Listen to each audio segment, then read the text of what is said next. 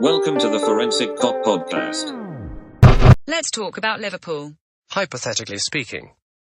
Okay, so I have a bit of a crazy thought for you, and I suspect right at the beginning you're going to say, no way, that's crazy. But I'm wondering if I can convince you because I'm starting to think this way. So effectively, we talk about what a great team we have. We've been talking about how Salah and Mane are world-class players worth, 100 million plus, and Firmino's the one that's dragging everybody back. And I have a new thought. What if Mane and Salah are not at the level that we think they are? And I know it sounds crazy because, we see them do very well. But here's my kind of thought in that sense is from the very beginning, I have always maintained that Mane and Salah are both extremely wasteful players. They simply have too many fantastic chances that they don't finish. And now that Firmino is not clicking, the two of them just seem to have lost that spark and that magic to score a ton of goals. And I mean, the last 3 games, we've obviously struggled to score goals, even on, glorious chances. What is the chance that potentially it's Klopp's system as opposed to them being such world-class players? I think that's a fair point. Okay. What's a world-class player, first of all? Like, how many players in the world are world-class? Just to ensure we're speaking the same language. So I'll tell you exactly. I've actually thought this through. I would put them, I'm wondering if they, instead of being in the 120 to 160 million dollar range, where people are talking that's what you would sell them for, you should actually put them in the 40 million dollar range. And I know you're saying that's crazy. That's crazy. But so think of a $40 million forward that has joined this team, and you tell me who's been the most successful player on the forward line this year. Because Jota has outperformed Salah and Mane significantly given the limited time he's had. Yeah, but that doesn't necessarily mean that you bring Salah and Mane down to the price of Jota. Perhaps you bring Jota closer, or for sure not in the 100 million, but closer to their price. So, and yes, I would understand that concept, but here's the thought. It was actually an interview with Jota that got me really thinking just in general about the team. And it's stuck with me now for a month or two. And it was when he, I think he scored in the first 5 games he played for Liverpool. And they asked him, like, how is it possible that you're doing this? And his response was, there are just so many chances for this team. It's almost like it's easy to score. And I sit there and I wonder, if you took players that are, very good players on other teams, put them on our team, we generate a lot of chances. Like, the whole team is built around generating chances, getting the ball in the box. What if you bring in a $30 to $40 million player and give him the chances that Liverpool creates? Would they not be scoring like crazy? Yeah. So I understand where you're coming from, right? And I agree with you partially. Here's where I disagree. I don't think that Mane and Salah just were never world-class players. I just think that over the past 2 seasons, because let's face it, the front 3 hasn't played cohesively for 2 seasons now, right? We're still relying on the myth of being the best front 3 in the world, when really we haven't been for the past 2 seasons. Agreed, right? But what if I turn that around and I say, and again, I'm not necessarily saying I even believe this, but what if we say it was never about the front 3? It was always Salah and Mane that were the replaceable 2. It wasn't Firmino. And now that Firmino's not clicking, Mane and Salah can't seem to get a goal when they need it. Got it. I see what you're saying. Okay. I tend to agree with you. It's not just Firmino that's not clicking, it's the rest of the team, right? So Robertson is just tired. Trent is going through a natural dip in form for somebody that's he's still only 22, right? So he's a very young defender, and it may take him a whole season to kind of snap out of this. Our defense has been shattered, right? So Mane is no longer getting those cross-field passes from Van Dijk or even Mo Salah that he's used to getting. Our midfield has lost Fabinho, and we're trying to play musical chairs with whoever's left. Too much pressure has been put on Jones, who's done really well, but I'm concerned that he's just playing too much, and I think he needs to play less. And then, of course, the front two. The front three, but I'm going to call it the front two. Mane and Mo Salah, they're just very comfortable, right? So I'm happy that in recent games we've seen less of Mo Salah giggling whenever he misses a shot. However, you can tell that there's a comfort level that they have to where they're not applying themselves to be as sharp as they used to be in previous seasons. I don't think they just became bad players overnight. I think generally there's a malaise within the team, and they're not able to score the goals that they used to score, and then the whole team is suffering because there's a general lack in form. I wouldn't just put it on Firmino, but for sure he's a catalyst of the downward dip in form because he does connect the rest of the team with the front players. So Jota coming in, he's young, he's fresh, he's hungry, so of course he'll perform at a higher rate than Mo Salah and Sadio Mane because they've been here very long, and let's face it, they don't play well together. They haven't played well together for 3 seasons now. They're growing into their own players and they're growing apart from each other. So my argument is a little bit like that, but here's kind of where I'm getting at. Are the other players on the team, in a funk? Yes, absolutely. You're right about Alexander-Arnold. You're right about our defense, all of that. My issue just more comes back to there are so many quality chances that are generated. And then I look at, say, a team like, I don't know, how about Southampton, who we just lost to, and they literally didn't even generate a chance. Because let's be honest, their goal is barely even considered a generated chance, right? It was a free kick that, it went in, 1 time out of 10. And yet we generated chances that you should be scoring 9 times out of 10 and we got nothing. And I'm wondering if it all comes back to, the other argument I would make is you see a guy like Jota who is coming kind of off the bench from the Wolves, so he wasn't even starting, comes into the team and can't stop scoring. Then you see a guy leave the Klopp system like Coutinho and can't make a run of it kind of anywhere else. And so I'm wondering, is it that Salah and Mane are so good, or is it that maybe there's a little bit of, the team is really what's pushing them? They're legitimately good players, but maybe they're just not great. And while I do hear your point of Jota's new and he's trying hard, Salah, I can see that he's sometimes more engaged than other times. But Mane, he works. Regardless of if he's scoring or not, he's working on the field. And so we respect that, obviously, but I don't think it's a case of not working. I think it's more a case of these guys aren't the supreme finishers in the league. And I genuinely wonder if we took both of them out and put in 2 guys that are worth 40 million each, would we be in the exact same spot? And I'm starting more and more to think that we would be. Yeah, and I agree with you because Salah and Mane are not strikers. They never have been. They never will be. Right? They're out. How do you put it? So they play best in the front three. I wouldn't even say they're wingers anymore because few teams really play with the wingers. Right? They are not strikers, and our number 9 is not a striker either. So technically, we've been playing without a proper striker until we got Jota, and since Origi is in and out of the team as well. Those are really the only 2 proper strikers that we have in the squad, right? The challenge with taking out Mane and Salah and replacing them with somebody, say, Danny Ings, who is a good striker, but he doesn't have the qualities that fit with the rest of the way we play.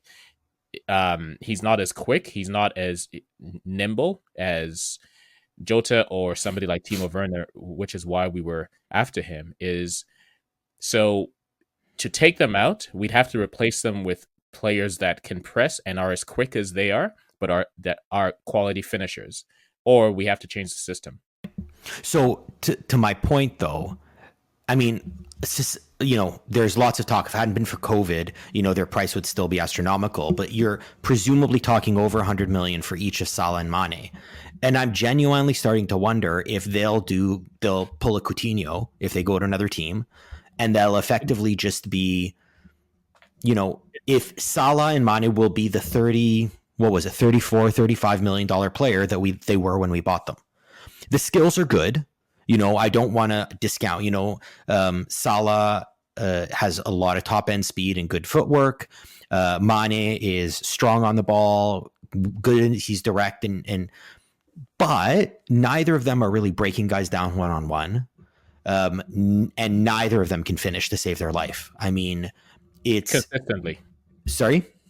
You mean consistently? Consistently. They can finish, and you can tell that there's skill there. But again, right, when you look at a game like Southampton, all of those chances created, something had to go in. Like at some point, you just need to not keep whiffing on, prime chances. And really, to me, what it comes down to is you look at Jota, and he comes into the team and he says, wow, I've never gotten chances like this before. How can I not score? And conversely, I don't think it was meant as a shot to anyone. That was just his comment. Conversely, I look at Salah and Mane and I say, you're getting all these chances. How can you not score? Like, I feel like that's a legitimate question. They do, right? It's just that they don't score at a rate that a striker would, right? Which is why when the rest of the team is not performing and we're relying heavily on them, you're playing with fire. But under normal circumstances, when we have the full squad in place, we will win games and they will score. It's just that they're not consistent finishers. They never have been. They never will be. But they will score means we need to generate like 5 fantastic chances for them to get 1 goal, where the other team gets 1 or 2 chances and they get the goal. I agree. Now, if they were to leave Liverpool and go somewhere else, it depends on the team that they go to, right? So Sadio Mane, if he went to Real, a team like Real, I think he'd do very well there because he wouldn't be the only great player, and he would just be one of many good players. If he went to Arsenal, he probably wouldn't do well because he'd be the only good player there, right? It's good. We can't have a podcast without taking a shot at Arsenal. I like it. Yeah, right. So the same with Coutinho. One thing that Liverpool does very well, and we have done throughout like the decades that I've been supporting them, is we know how to play to our best players' strengths, right? Which is why whenever players leave and go elsewhere, they rarely do as well as they did at Liverpool. Look at Torres, look at Owen. Suarez is really the only exception that I can think of in recent times. Well, but Suarez was taken out of a Liverpool team and put into another team to essentially do the exact same thing, if not even more to his skill set. Right? He essentially needs to do nothing but try and score. He doesn't have to defend. He doesn't have to link up. He doesn't have to anything. Yeah. So he went to literally his biggest strength, so I can understand. But to your point, you look at a guy like Coutinho, he fell off pretty heavily. Danny Ings, I think. Player. Yeah, sorry? He's still the same player, it's just that other teams are now realizing that he's not as good as we made him appear to be. And that's where I come back to. Are we making Salah and Mane appear better than they are? That's really the crux of my question. And I'm starting more and more to think that... Especially Salah. Yeah. Maybe not as much Sadio Mane, but for sure Mo Salah. I mean, I think he leads the leagues in goals now. But I think if you switched him to pretty much any other team that doesn't generate as many chances as we do, I think he'd be, lost in the middle there. Right. So again, I'm starting more and more to question whether, Salah's goal output and their top caliber, front players, the status that we seem to have given them as, the best front 3 in the world. I wonder if it's simply a product of Alexander-Arnold and Robertson, bombing the box constantly, and Van Dijk, with the long passes, the midfield, getting interceptions and playing it back. Like, I'm kind of at the point where I'm wondering if we just plugged other guys in there, would we have any sort of drop off? Because look at Jota. When we plug him in, we go up, not down. I think you're right. I think Klopp and his team have created a funnel, and Salah and Mane are the tip of the funnel. So, yeah, it's not about they are just carrying the entire weight of the team. They are essentially doing what they've been created to do, which is score the goals that the team is creating, right? So to your point, if you put like for like in terms of the qualities, so the same pace, the same strength, and hopefully a little bit better finishing, then yeah, I don't think we see a drop off. Now the question becomes, and I think we're paying for it this season, is there is a mythos that has been created around our team where in previous seasons, teams would be afraid to attack us or defend us in a certain way because they don't know how to quote unquote cope with Mane and Salah.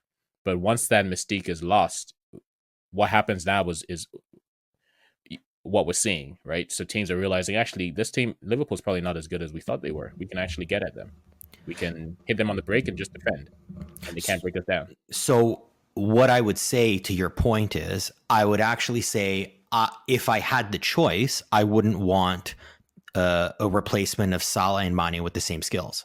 I would actually want different skills. And I think you see that in Jota. Jota's better at getting to open spaces. Not skills, I'm talking about, so the speed and pace specifically.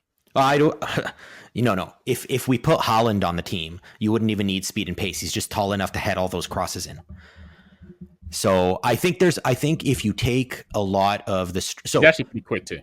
So let me ask you this: right now, Haaland is probably in around $100 million. I have no idea. Mane, Salah are probably in around the same, if not a bit more. I think right now Salah and Mane might be valued a bit more than him. Yes, no. In theory, but realistically, who would be able to afford Mane and Salah and pay that much when they can just pay that much for Mbappe, Haaland, or Jadon Sancho? No, but my point to it is, in terms of raw dollars, okay, I'm just looking at the transfer market website. He's 110 million, and Salah, Haaland. Okay. And Salah and Mane are probably slightly higher than that. So if we're talking about, say you take a straight out, I don't care, take out Salah or Mane and put in Haaland, he's getting more goals than our guys. So if you look at Salah, so Salah's 132 million, say. So if you replace Haaland, if you take Haaland and put him in place of Salah, does he get more goals than Salah or no?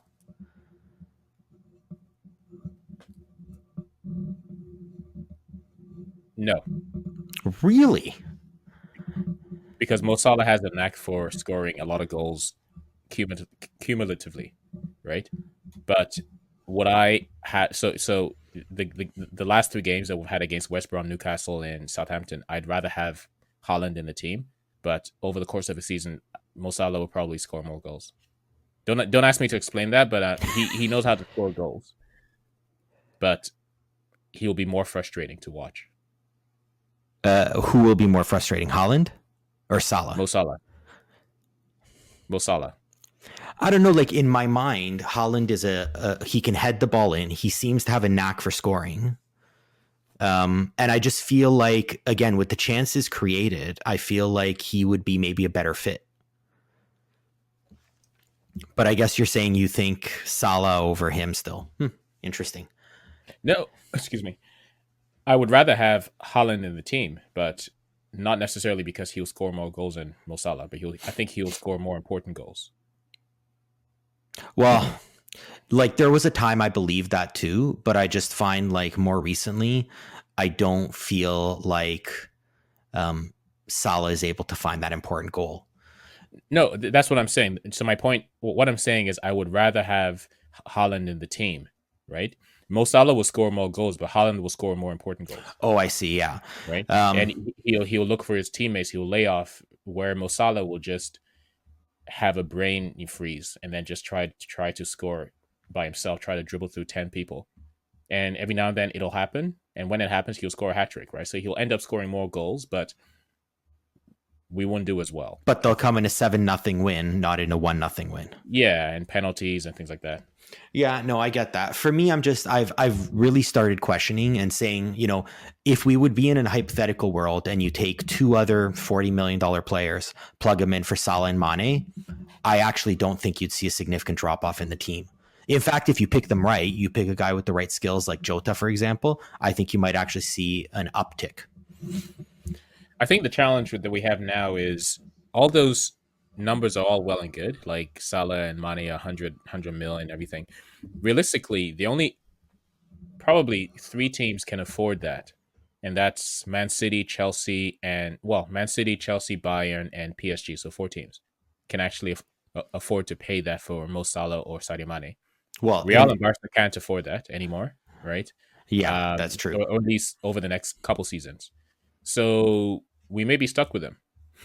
Yeah, I've been actually thinking that too, which is what's gotten me really thinking, do we really want them? Is it good to keep them? And I'm kind of at the point where, we had the hypothetical earlier talking about if you had to lose one of them, who would you lose? I'm actually at the point where, you know what? Why don't we lose both of them? Because we seem to know what to do when we brought in Jota. I mean, that was fantastic. And that definitely transformed the team. I felt like when Jota was in the team, we were just more dangerous. I felt like we always seemed to be able to put pressure on the opposing teams, but with Jota, it felt like a much more of a tangible result to that pressure, as opposed to there are times I feel like we dominate the ball, we put a lot of pressure, but I feel like after 10, 15 minutes, we haven't even come away with a real chance. Right. I think we just need a couple more quality strikers in our squad. I don't mean forward players, wingers, I mean strikers. People that score goals. Like you look at someone like Harry Kane. I mean, that guy he's so clinical. I'm not saying that I want him at Liverpool, but he's so clinical. Right? I mean, I want Son. I mean, if we're gonna pick someone, if it's too bad that Spurs are in an upswing. Otherwise, I think last season we may have been able to get him when it looked like Spurs was going nowhere. Yeah, I would actually agree with you on that. I was a little bit upset. I thought he was very good last year if we had gotten him. And now this year, seeing how they play and seeing how they sit back, they simply don't generate a lot of chances, but Son is still getting his numbers. I think he would, again, if Son and Salah traded places, I think you would see Son with a ton more goals. Agreed. And that's where I come back to. I feel like Mane and Salah are very good players, but I'm having a hard time calling them great anymore. I think they're victims of their own success, and now we're seeing them try to force the play and believe that they are actually the quality strikers or quality finishers that we've all told them that they are, right? So many times in the last few games, Mane has skinned a player, and rather than looking for the easy layoff, he'll try some type of ridiculous shot. And so many times Mo Salah will just do that he's trying to slalom through an extra defender when he could have just laid it off, right? Because it's worked in the past, and they think that that's the reason why they're in the team. So they're doing what they think that they're being paid to do, when really they're not quality strikers. And it's unfortunate that, it's good that they were successful because we've won the title, we've won the Champions League, but at the cost of them actually believing that they are that good, and the team is suffering because of that. Yeah, I mean, I guess that's an interesting point. Maybe we do expect too much of them. And maybe they've gone to the point where they believe it, which maybe is kind of the problem for the whole team right now, to be quite honest. I mean, Alexander-Arnold, I think he just believes he's got the right to come down the wing and put the ball in the middle. And when he's denied that, he doesn't really seem to, be able to figure out what else to do.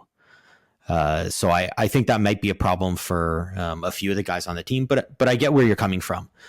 For me overall, I don't know if it's just a bad run of games and I've been left with a bad feeling in my mouth, but I'm genuinely questioning the top player status of Salah and Mane. And I'm genuinely wondering if bringing in, a guy at half their salary or half their fee wouldn't actually improve us as a team. For more stories, analysis, and articles, go to the forensiccop.com website.